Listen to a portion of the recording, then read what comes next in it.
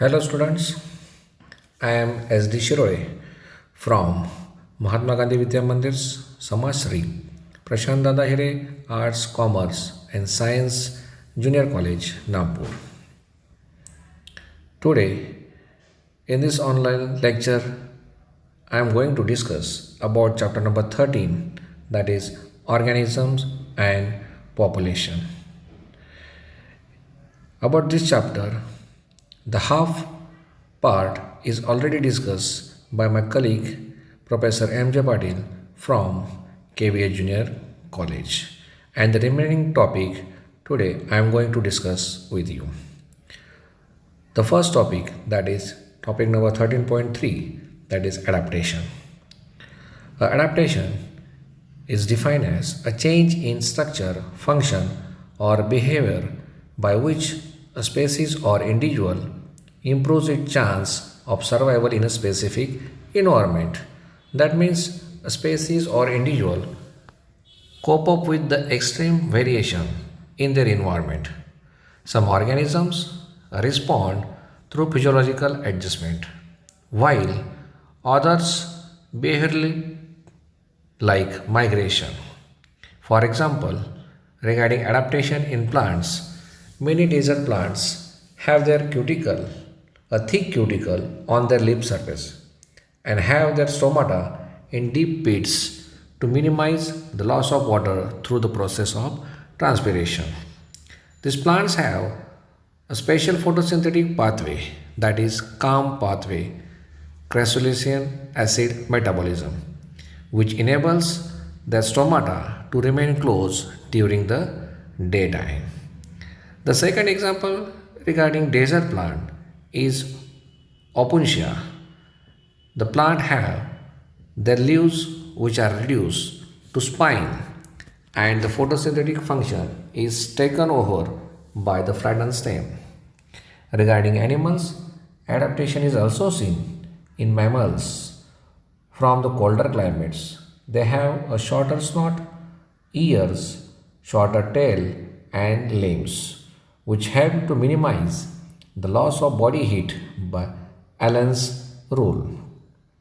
In polar areas, seas, aquatic mammals like seals have thick layer of fat, which is also called as a blubber, which is present below the skin and which acts as an insulator to reduce the loss of body heat. Some organisms, they also show behavioral response to cope up with variation in their environment.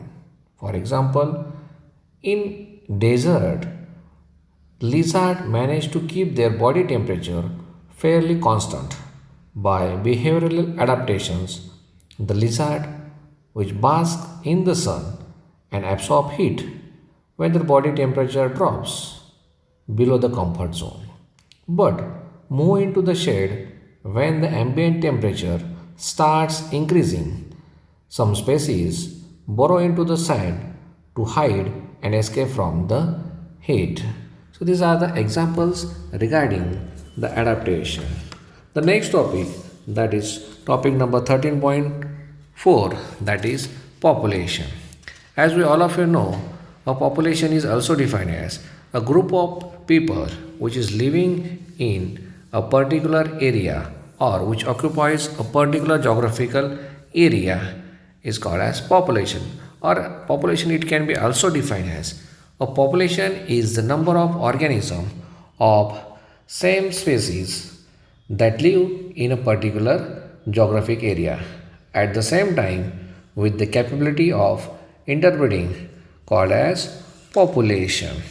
Although it is an individual organism that has to cope up with changes in the environment, it is at the population level that natural selection operates to evolve the desired traits. Population ecology is therefore an important area of ecology because it links ecologically to population dynamics, genetics, and evolution.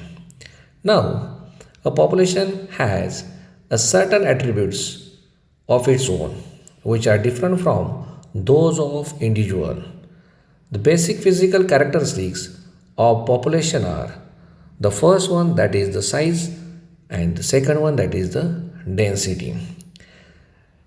Size it speaks for the number of individuals in a population while the density tells us the number of individuals present per unit space in a given time. Besides these two characters, size and density, there are other characters of population that are natality, second one that is the mortality, third one that is the immigration, fourth one immigration, age pyramids, expanding population, population growth, forms, and biotic potential. An individual has birth and death, but the population has birth rate and death rate. Now, let us discuss one by one. The first character of population is natality. Natality is the birth rate of population. It has the greatest influence on population growth.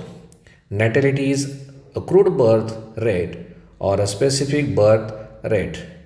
Now, the crude birth rate is used when calculating the population per thousand population per year, whereas a specific birth rate is used relative to a specific criterion such as age. For example, if in a pond there are 200 carp fish last year and through reproduction 800 new fish are added, taking the current population to 1000, we calculate the birth rate as 800 upon 200 equal to 4 offspring per carp year. Now this natality, it is again of two types, absolute natality and realized natality. First of all, we will discuss about absolute natality. Absolute natality means the number of births under ideal conditions with no competition, abundance of resource such as food and water. The next one that is a realized natality. It is the number of births when environmental pressure come into play.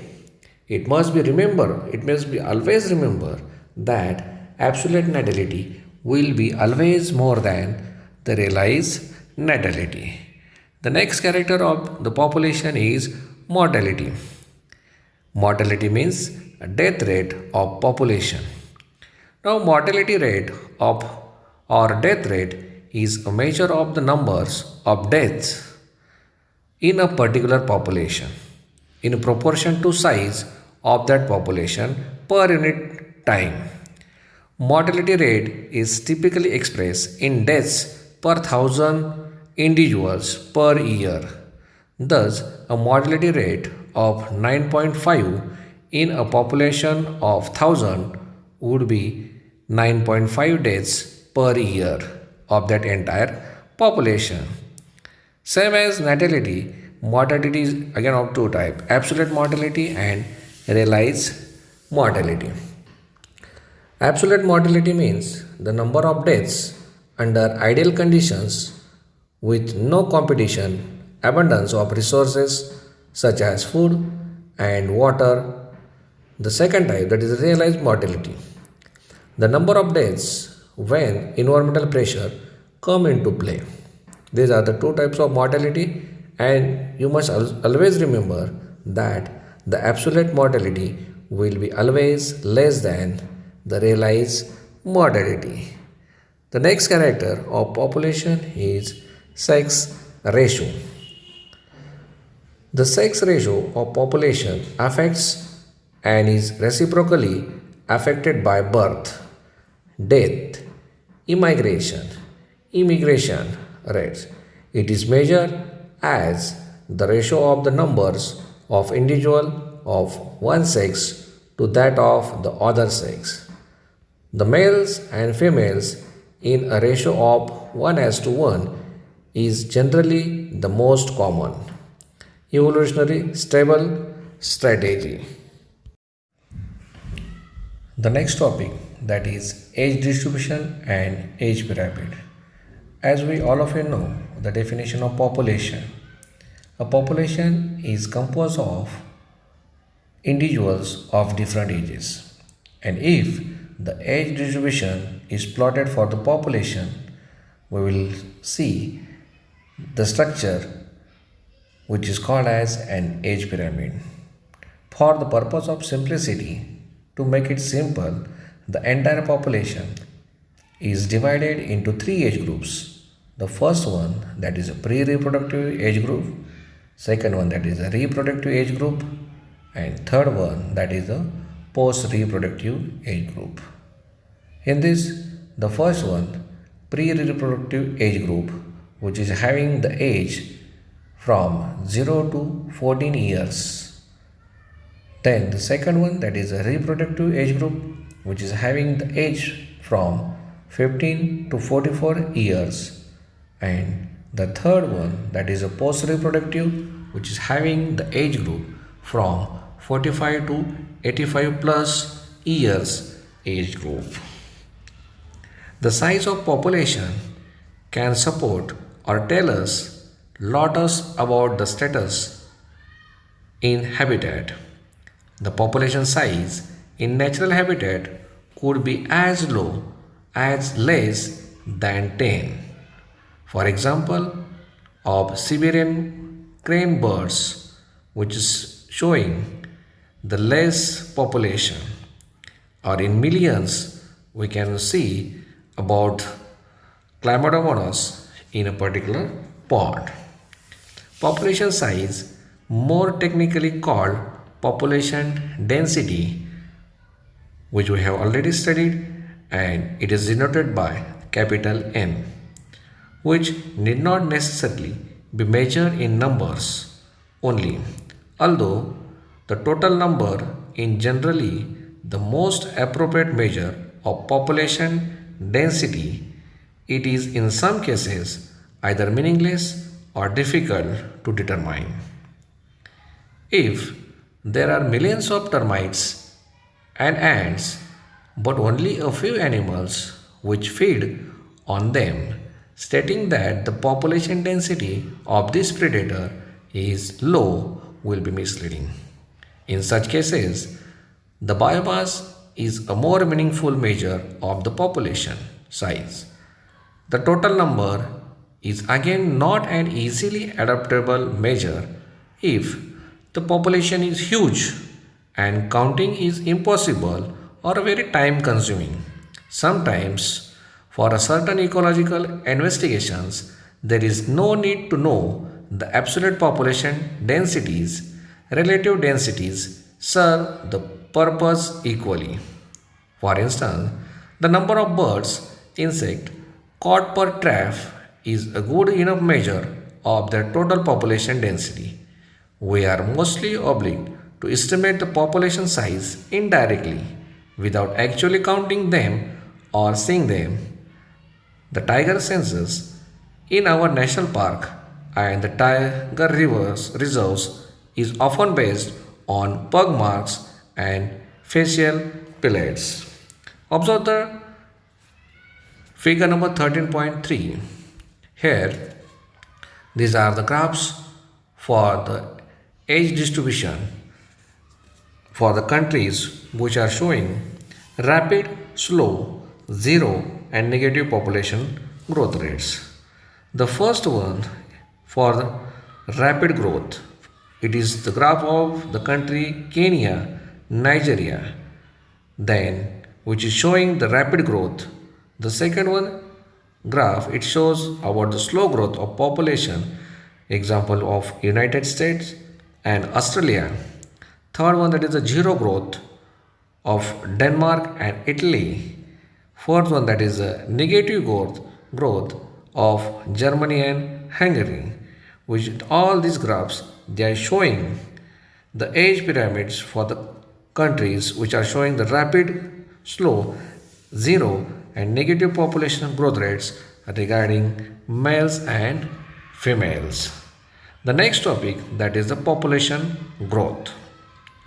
The size of population for any species is a dynamic parameter. Dynamic means the population it always keep on changing due to the two characters, that is mortality and natality. Changing with the time depending on various factors including food, predation, pressure and adverse weather. In fact, the changes in population density that gives us some idea whether the population is increasing or declining.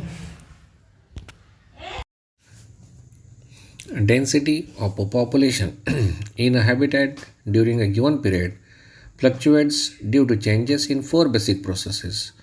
New births and immigration contribute to an increase in population density, while deaths and immigration lead to decrease in population density.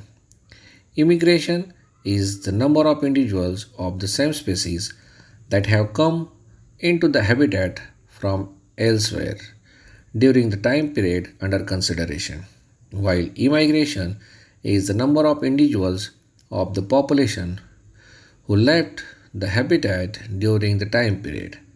So, if n is the population density at time small t, then its density at time t plus 1 can be calculated as n plus t plus 1 equal to n small t plus in bracket b plus I minus in bracket d plus e. Now the next topic, that is the growth models. Growth models of a population with time show any specific and predictable pattern. We have been concerned about human population growth and problems created by it in our country, and it is therefore natural for us to be curious if other animal population in nature behave the same way or show some restraint on growth. The population growth models, they are of two types. The first one, that is exponential growth, and second one, that is logistic growth.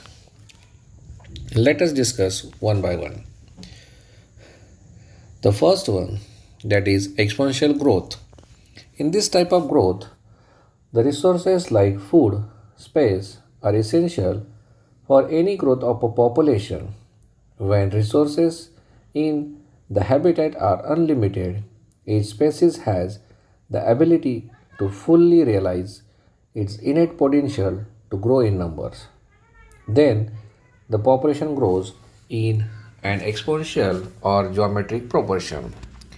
If you clearly observe the graph, it shows the exponential growth. Every species is capable of growing exponentially under unlimited resource conditions and reach enormous population densities in a short time. It will be seen or it will be studied by the Darwin's theory of origin. Even a slow growing animal like elephant could reach enormous number provided food and space remain unlimited. But resources like food and space are not always unlimited. They may be in the beginning, but as the population density increases, so does the competition for those resources, resulting in slowdown in the rate at which the original population was growing. This results in logistic or sigmoid growth curve. The second type of population growth is logistic growth.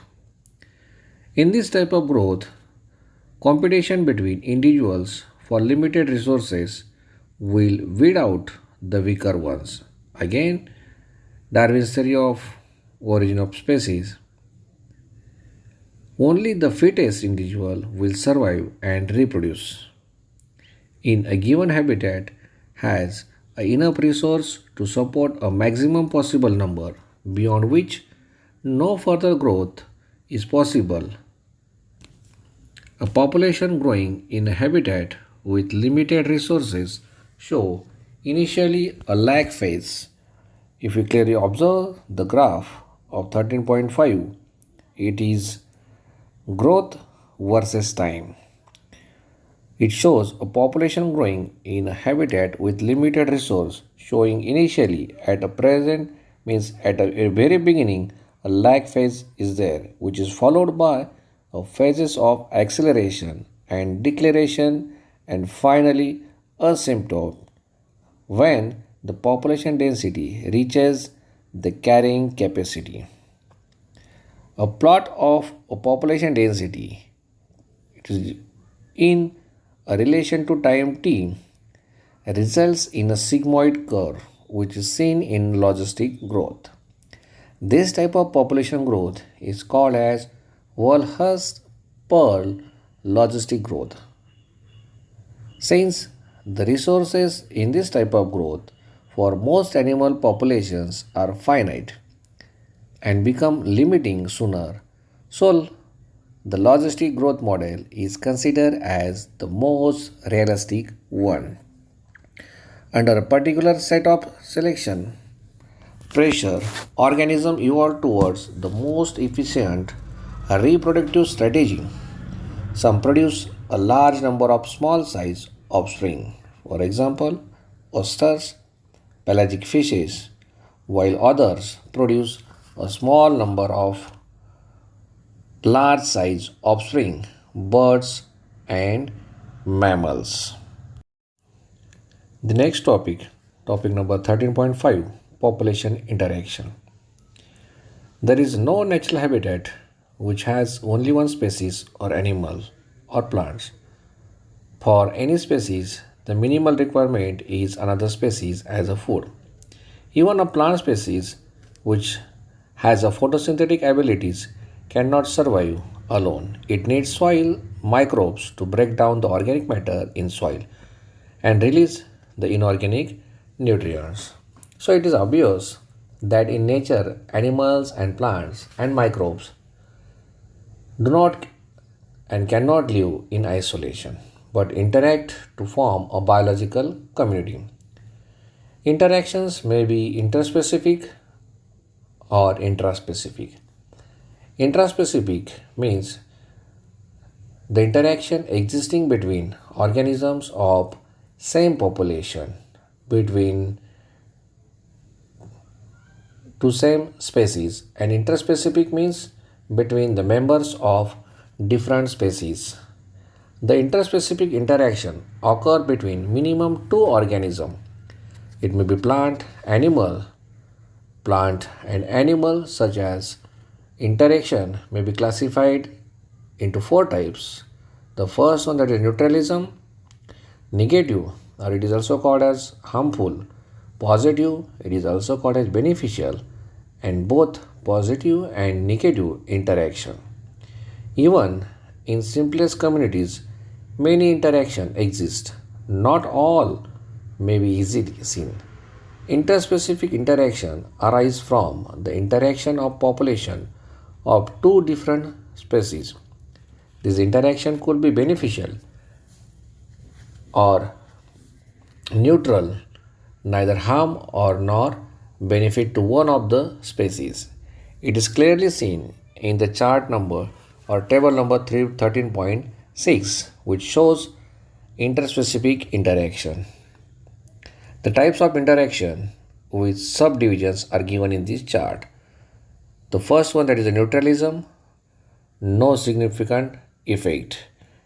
And in species, between two species, interspecific relation is there. Plus sign, it shows benefited, minus sign shows inhibited, and O sign it or zero, it shows non-affected. In this type, the first type of interaction, both the species, they are not affected. The second one, that is a negative interaction, a competition direct interference type. Both are inhibited. B, competition resource use type, again both are inhibited. C, evangelism, one species is inhibited and another is not affected. The third one, that is positive interaction. In that, the first one, that is a symbiosis, which is also called as mutualism. Both the species are benefited. Symbiosis, a best example of this symbiosis is lichen. The algal component and fungal component show a symbiotic association, so both the species are beneficial. B1 commensalism, one species A, it is benefited and other is not affected. The third one, C, proto-cooperation, both the species are benefited. The fourth type of interaction, that is both positive and negative interaction, that is parasitism, one species is benefited, another is inhibited. B, predation, one is benefited and other is inhibited. The various type of interactions are classified as per the nature of this interaction. To one another, both species are benefited, it is called as mutualism, and both are harmed, it is called as competition. Now, the various types of interactions which we are going to study one by one. The first one, that is mutualism, means benefited, both the species are benefited. The interaction in obligatory and interdependent, it benefits both the species. For example, in case of lichen, represents an intimate mutualistic relation between a fungus and photosynthetic algae or cyanobacteria. The most spectacular and evolutionary example of mutualisms are found in plant and animal relationship. Plants need the help of animals for pollination or pollinating the flowers and dispersing the seeds. Animals obviously have to be rewarded in the form of pollen and nectar for pollinators and juicy nutritious fruit for seed dispersal.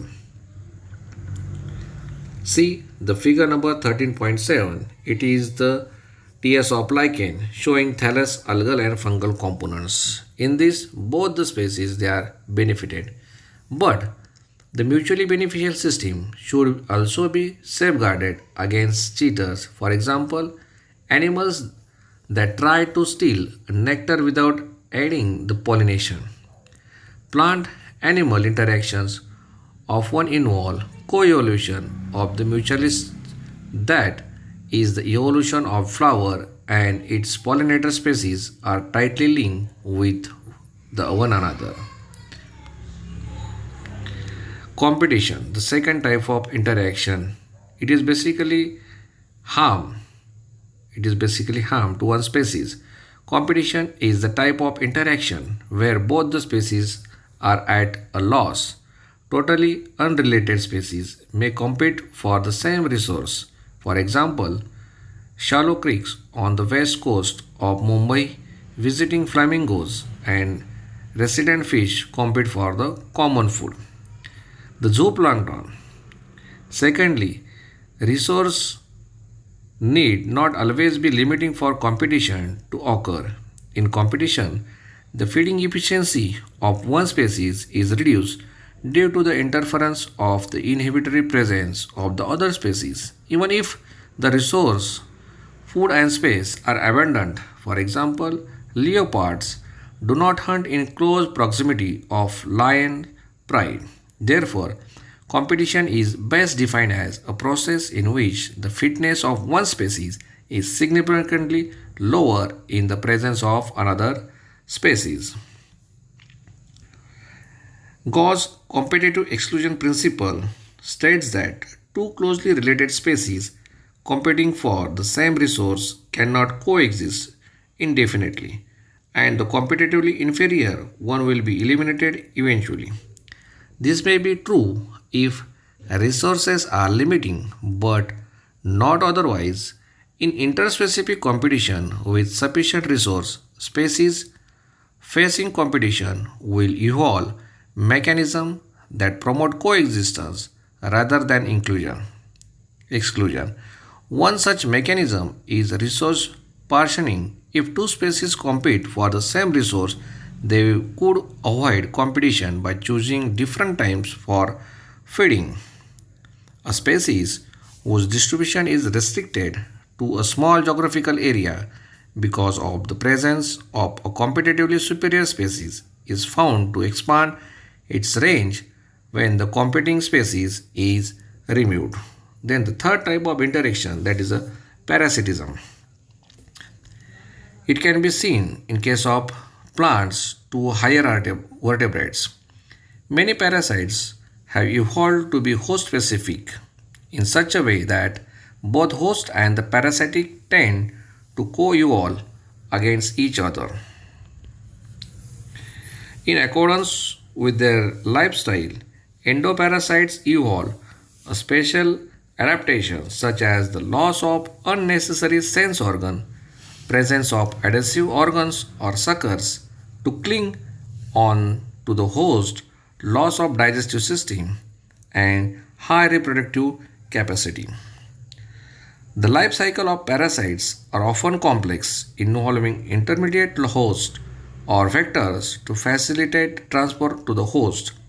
The malarial parasite Plasmodium vivax needs a vector, means a mosquito, to spread to other hosts. Majority of the parasites harm the host. They may reduce the survival growth and reproduction of the host and may lead to death of host. This reducing its population density, they might render the host more vulnerable to predation by making it physically weak. Parasites that feed on the external surface of the host organism are called as ectoparasite. The most familiar example of this group are the lice on human and ticks on the dogs. Many marine fish are infested with ectoparasite. The Cascuta, a parasitic plant that is commonly found growing on hedges plants, has lost its chlorophyll and lives in the course of evolution. It derives its nutrition from the host plant, which is parasites. Observe the figure number 13.10. It shows the brood parasitism. In birds, it is a fascinating example in which the parasitic bird lays its eggs in the nest of its host bird and lets the host bird incubate them.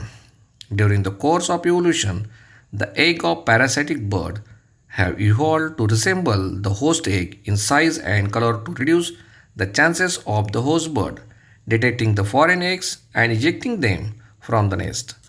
Eggs of the parasitic bird hatch before that of its host. Then the next type of interaction, that is predation.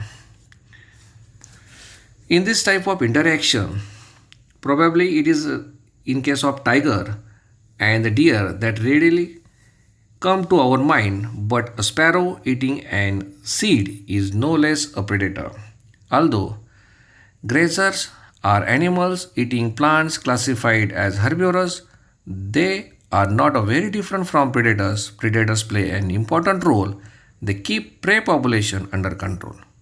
Without them, prey species would reach very high population densities and cause ecosystem instability. For example, in the absence of frogs, locusts increase in density and destroy large tracts of agricultural land. Biologically, control methods adopted in agriculture pest control are based on the ability of the predator to regulate prey population. Predators also help in maintaining species diversity in a community by reducing the intensity of competition among competing prey species. When certain exotic species are introduced accidentally or intentionally into a new geographical area, they become invasive and start spreading rapidly due to absence of natural predator. For example, zebra mussels in the intertidal zone of North America. If a predator overexploits its prey, then the prey might become extinct, and following it, the predator will also become extinct for lack of food. This is the reason why predators in nature are prudent. Prey species have evolved various defenses to reduce the impact of predation. It is a kind of evolutionary arms race, better comm flow for concealment, faster speed for escape or for the prey, and predators has to counter this by its own means. Some species of insects and frogs are cryptically colored, camouflage to avoid being detected easily. For example, it is seen in case of lizard, or it is also seen in case of the monarch butterfly in highly distasteful for its predator bird because of a special chemical present in its body. Interestingly, the butterfly acquires this chemical during its caterpillar stage by feeding on a poisonous weed. In case of plants, herbivores are the predators plant, therefore have evolved variety of morphological and chemical defense against herbivorous. Thorns in regarding to the plant acacia cactus are the most common morphological means of defense.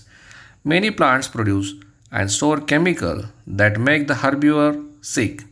When chemical products are returned, they inhibit feeding or digestion of predator and disrupt reproduction or even kill it. Calotropis growing in abundant fields producing highly poisonous cardiac glycosides, and that is why you never see any cattle or goat browsing on this plant.